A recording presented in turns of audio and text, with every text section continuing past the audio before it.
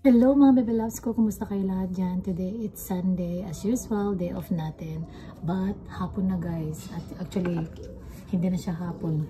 Parang hapon lang siya kasi maaraw pa, pero alas 6 na ng gabi, no? So naglinis lang tayo ng konti dito sa kwarto, and yung anak ko guys, hindi okay, not well. So hindi siya mag-i-school tomorrow, and si Daddy's cut ay off siya. Well, maaga may work siya, pero maaga siya papasok sa work, and he'll be home mga around 8 o'clock or 8:30. Sakto naman, alas 9 naman yung start natin ng work, mga baby loves ko. So ayun, bad news, hindi okay yung anak ko, hindi sana ako papasok guys. Pero sabi ni Scott kasi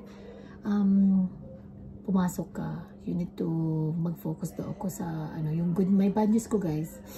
Nasabi ko ba yung last na good news ko sa inyo? Parang hindi ko nabanggit yung good news ko mga bebe ko, pero I'm officially full-time na tayo sa work natin mga baby ko. 5 days a week na tayo mag-work, and 9 to 5 for the weekdays, and then yung Saturday ko na may work ako, alas 7 we start natin. So it's gonna be very busy. Nag-start na ako last week mga baby ko sa ating contract. So we are committed na, is secured, stable sa work, secured na tayo sa work. Good routine na ako guys, kasi I have been casual for the last 3.5 years sa aking work, and I had a good run. I had a good savings, kasi grabe talaga yung work ko guys. Talagang as a casual, parang full time siya, kasi I've been working 5 days a week din, and sometimes 6 days a week.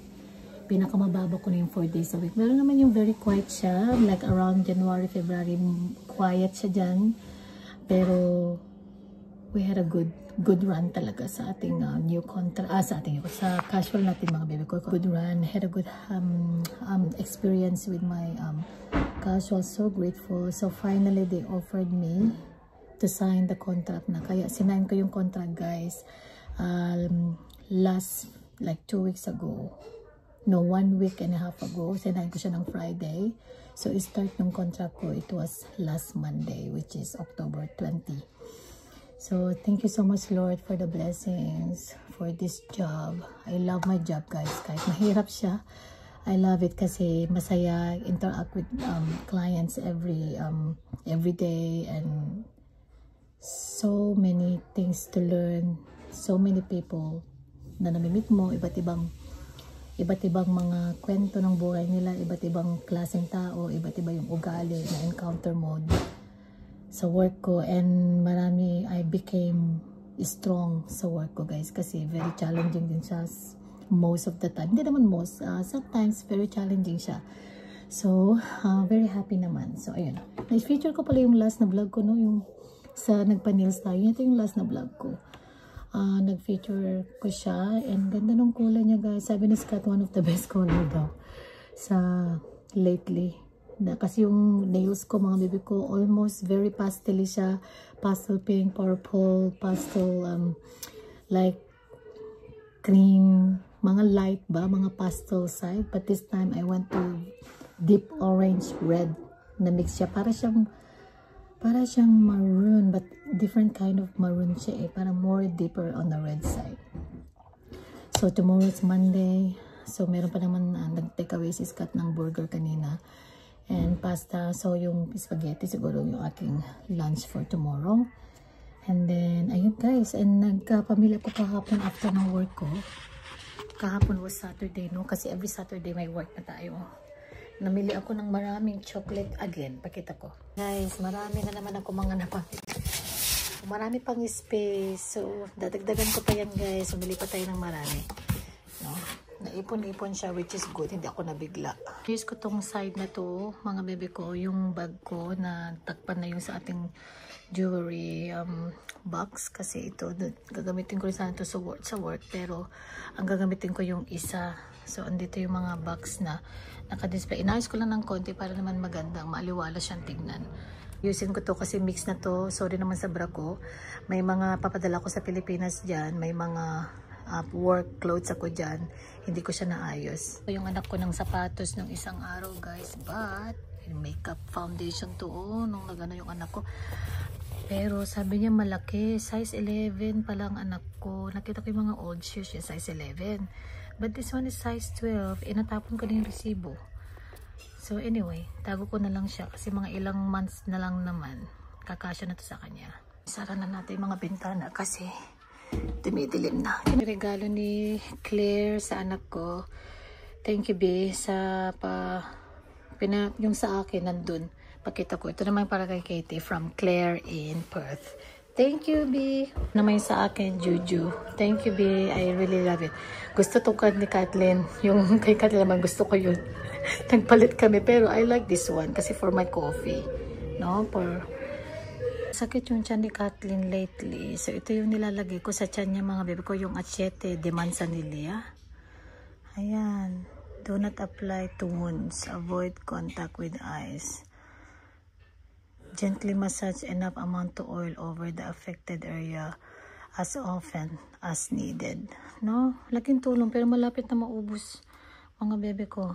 Ayan, gustong-gusto niya ng amoy gustong-gusto ni Kathleen to pag minamassage ko yung talampakan niya at saka yung tiyan niya. Pag yung libawa, may sore, ganun. Yung aking paborito guys. So, diba? Yung efficacy oil. I cannot sleep without this one. Imasahe ko sa mga muscle ko. Sobrang bango niya, nakaka-addict yung amoy. Kabibili ko lang to pero tingnan nyo guys. Ang bilis kong ginamit. Kasi kabibili ko lang isang araw, ganyan na siya. Kasi lahat nilalagay ko sa legs ko, sa talampakan, sa balikat, sa ulo. Yan guys. So, sa neck ko. Ang bango kasi niya. Kailangan ko na rin mag-shower very soon. Kasi 7 na mga bebe ko. And tawag dun. Mga pimple tayo sa mukha. Inayos ko rin dito sa baba. Ang dami kong na-upload na vlog. Nakatatlo akong upload na vlog. Mga bebe ko, kaya excited ako na ma-watch nyo yung aking mga vlog. Dahil sinipag tayo lately. So, ginagamit ko pa rin yung phone natin guys. I will update you pag mag-unboxing naman tayo. Pag definitely nangyari. Mag-unboxing naman ako pag once na nakabili na tayo ng camera. Isasama ko kayo mga bebe ko. Either sa JB Hi ako bibili or sa Harvey Norman. Harvey Norman kasi pag doon ako bibili guys, meron silang deal na bibigyan daw ako ng ano yun? 100 gigabyte na memory card free at saka tripod ba yun or anything something like that na meron silang bibigay sa akin na free buy. Ito yun sa Bondi na nakausap ko sila like 6 months ago pero hindi na ako bumalik. Kung maalala nila ako, I will buy there. Kasi nung tinanong ko sa JB Hi sa Westfield dito malapit sa amin, and hindi ako binigyan ng guys, ng freebie. So, siguro balik ako dun sa Bondi para dun tayo bibili ng camera. I'm not sure which one ang willing kong camera. Kasi yung DJI Osmo Pocket 3, bakit ganun? May mga bumibili. Tapos nagkakaroon sila ng problema. So, ayoko na mabubili ng ganun na mamaya baka magka-problema. Like after 6 months or after 5 months. Or, kasi even after 1 year, dapat hindi yung magka-problema. Yung Canon G7X Mark II ko nga, 3 years sa akin yun o 2 years. 3 years sa akin yun and saka siya nagloko, no? Kaya sabi ko, hindi ko alam guys kung anong camera. Gusto ko kasi yung DJI Osmo Pocket 3. Kasi maliit lang siya, hindi siya masyadong exposed.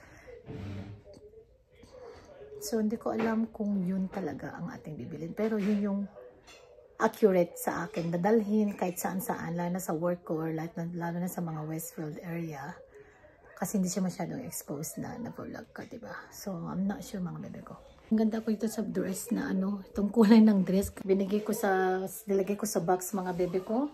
Ito lang yung kinip ko at saka meron pa ako isang kinip, yung blue na parang flowery na maganda. So, super thank you Jen sa iyong paayuda. May mga tag pa to nung binigay niya sa akin. May mga tag. Babaon ako guys. Ang dinadala kong bag. Pag nagbabaon ako ng lunch ko, ang dinadala kong bag, yung maliit lang. Which is my wallet on chain na Coach. Nabigay ng ate ko. So ito kasi, very compact siya. Maliit lang siya. And hindi masyadong, parang wallet on chain nga. And then, ang dinadala kong lunch box ito. Pero pag hindi ako nagdadala ng lunch, ang ginagamit kong bag for work is this one. Ang aking vintage authentic to guys ha, original to na vintage na Gucci bag, no? Ang ganda-ganda pa niya. Sobrang gamit na gamit ko tong bag na to. Nabili ko to a year and a half ago. Ayan kay Tita Malu. Mayroong tong ano guys, authenticate, certificate, and the tags and everything. And makikita mo talaga na original. Ayan. Ayan yung kanyang code pa. Oh, dito yung kanyang ano eh. Gucci card. Authentic card. Magulo lang. So, yan ang ginagamit ko. Either yan, pag hindi ako nagbabaon ng lunch ko, or ito, yung coach ko na Oran. Oran ba tawag yan? Oh, nakalimutan ko na guys. Or ito na lang, saka yun ang gagawin ko tomorrow. Kung masyado na-unpack yung mga nadala ko sa Sunshine Coast. Nung nag-flight kami from Sunshine Coast, guys, nandito pa rin yung mga laman ng mga galing kami ng Sunshine Coast. Hindi ko pa siya na-organize, nakakaloka. So, I'm gonna organize it. Ayusin ko yan. Ayusin ko. Ito guys, hindi yan mga crack ha. Hindi yan mga crack. Hindi yan mga crack. Ganyan talagang style niya pag meron kang tote na, ano naman tawag sa tote na to? LV ko to guys. Ano kasi tawag dito? My God, nakalimutan ba? Alam ko lang is yung speedy ko. Ayan. Lahat yan guys. I have all the receipt, original receipt from the owner. Mga pre-love ko but it's almost new. Bili ko yan kay Cat. Luxury Cat. I've got all the authentic, the boxes, the receipt. Pinaghirapan tugod pawis. And this one. Pangalan kasi kalimutan ko na mga ko. And yeah, that's all.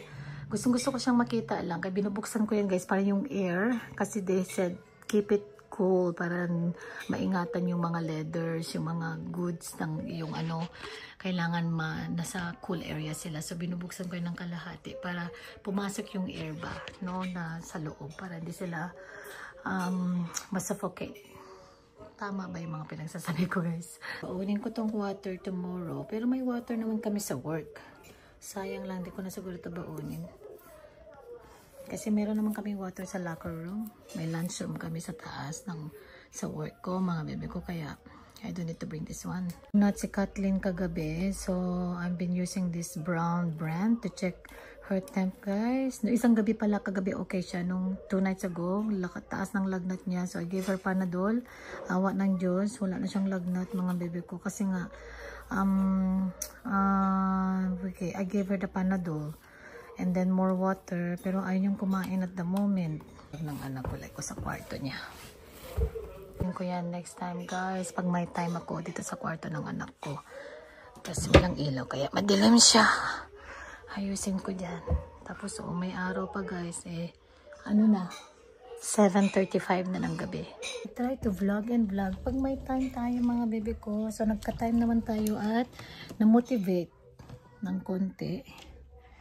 So, hopefully naman tuloy-tuloy yung ating pag-vlog at hindi na naman tayo tamarin or mawalan ng gana. Alam niyo naman ang bebe nyo, pagpagod or super busy, doon lang naman tayo hindi nag-vlog, no? Pag yun talagang, I can't. Hindi ko pinipilit yung sarili ko na mag-vlog kasi hindi naman siya maganda kasi pag pilitin mong mag-vlog, hindi natural yung vlog mo. Kung nagpapanggap ka lang sa vlog mo na ganito, ganyan, di ba? Kailangan kusa at masaya. Okay, mag-shower muna tayo guys. Hindi ko babasa yung buhok ko kasi I wash my hair like every 1 week, 2 weeks. Every 2 weeks guys, wash ko yung hair ko. Hindi ko siya everyday. Huwag nyo kung i-bash.